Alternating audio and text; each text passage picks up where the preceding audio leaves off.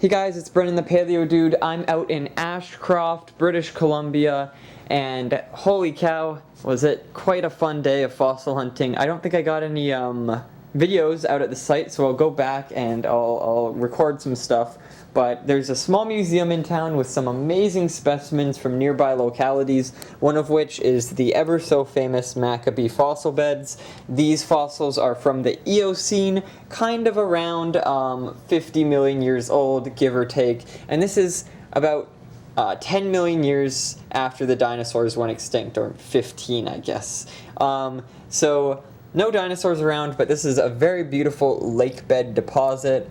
There's lots of insects, lots of fish, lots of plants, and the great thing about the Maccabee is just the world-class preservation of these fossils. They are just so detailed, and the fish alone, look at that, absolutely fantastic.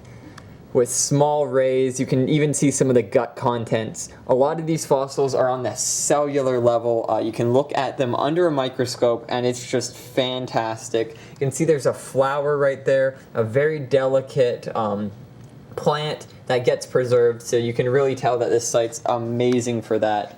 Over here we've got another really nice cabinet here with fossils donated by local collectors and societies. And it's really great to have local collectors out donating due to this site now being closed to the public. But if you ever want to see these amazing collections, it's really great to get out to these small museums. Really worth the drive. I think it's like a 3 or 4 hour drive out here from the lower mainland region. But there's lots of sites out here, lots of friendly people to get to know, and there's a few books and resources online showing fossil sites and how to get to them if you want to go explore on your own. And definitely come here to read up on these local sites as well. So you can see in this cabinet there are some wonderful, absolutely magnificent fossils, some of which I've never actually seen before. Like here in the corner there is a cockroach fossil. You can see the legs and the body kind of sticking out there. It's a really nice fish. Its tail's a little bit bent. And over here is a crayfish. I've only heard of crayfish being found in this area at least once before, and this was in the Princeton area. But that's really cool to see that these little guys get preserved in the fossil record in this location. Definitely shows a more freshwater environment, so like streams and lakes. We've got a really nice march fly right here. These guys you can also find in Princeton. I've got a few videos where I've collected some specimens like that. But the Maccabee, what they're really greatly known for is the really beautifully preserved feathers. Look at that. That is a spectacular specimen. A few plants from this region are still around today, actually. Like, we still have Comptonia, I think, the sweet fern. Now, sweet ferns, despite the name, they're not actually ferns. They're a small bush, but they do look a lot like ferns, hence the name. Metasequoia, you can see that guy up there. They actually went extinct in North America, but population survived, I think, in China or somewhere in Asia, and they were brought back. So that's pretty cool. And then, so we've got marchfly. No, we've got leafhopper, yes. You can see leafhoppers are very characteristic. Usually you just find their wings. It's kind of hard to find a body on these guys, but their wings have this characteristic stripy pattern on them, this kind of light and dark patterning that corresponds with each other, kind of like a zebra. So they're pretty cool to collect. They're fun to look at. There's even a beetle here. I think that's a little bit of the body, the abdomen. Another leafhopper. Ooh, there's a stink bug. Look at that. Very detailed. You can see the little dots along the side of the body. There we go. Now you can see. And I think they're also referred to as shield bugs due to the body shape. It's kind of like a half teardrop with a square top. Now, this is one of my favorite types of fossils. This one here is a ginkgo. I think there's only one species of ginkgo still around today, but back in the Eocene, I think there's a handful, at least 3. This one is more characteristic ones you see today, but sometimes they have very elaborate sort of lobes sticking out, which I really love. Let's see what's under here. Oh wow, look at that fish. You can see the body outline on that one too. That is really nice. And here's the other type of ginkgo I was talking about. You can see all the lobes just spreading out like a fan out of the where the stem connects. That is really nice. Down below we have a larger fish, and this guy, you can see all the ribs, all the ray fins. In the back there's a cedar shoot. Those ones are fun to collect in Princeton.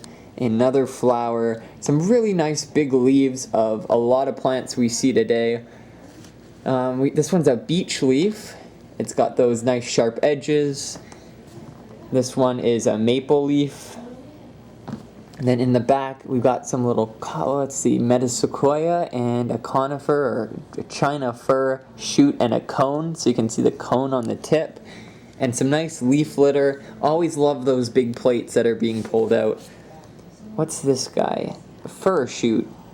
Wow, that's pretty cool. I think I found a few of those before. There's hawthorn leaf. That one looks very interesting. It's got a very characteristic shape too. Almost kind of looks like Comptonia, but larger.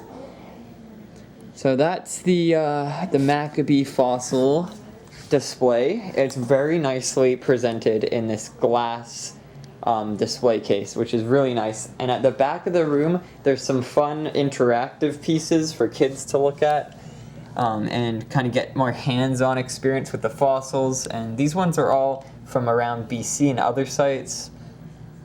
Let's see, I don't know if that's related, but there's really nice, I think this is Cretaceous plant life from here in BC. We got some Maccabee leaves. Some really nice local fossils. This one's an ammonite from the Triassic site.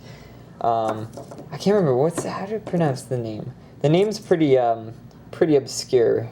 I'll try and remember it. I don't think this one's got the right name tag on it, but it is Triassic in age. And this one's Holobia. I love Holobia. These ones are called paper clams because they're very thin, very flat, and they've got all these rays going across their shell. Very characteristic. This one's also from the Triassic. We've got a nice little trilobite here. Got some small ammonites. These ones are two-dimensionally preserved. This one's a more three-dimensional one. It's kind of squished into, I think that might be the shape, but it's kind of like ovaloid in appearance. They're very cool. Some really nice detailed shells. I don't think they're brachiopods. These ones are more, bivalves. And this one's also local. I remember John, who was with me, was saying this one's from a site nearby. And there's a little tiny marchfly on there. Look at that. You can see the abdomen and the wing. And these here are dinosaur bones. We've got a nice bit of rib right here. And this one's a hefty chunk. You can see the inside, all the blood vessels and the bone marrow.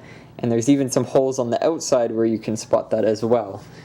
So I hope you guys enjoyed this little fossil tour of Ashcroft's museum. They've got a lot more to show, lots of history on the mining and the town itself. So if you ever find yourself nearby Ashcroft, it's definitely worth the stop in for sure. So I hope you guys enjoyed this video. I'll leave a link down below with maps of the area, and I'll see you all in the next video. Bye-bye.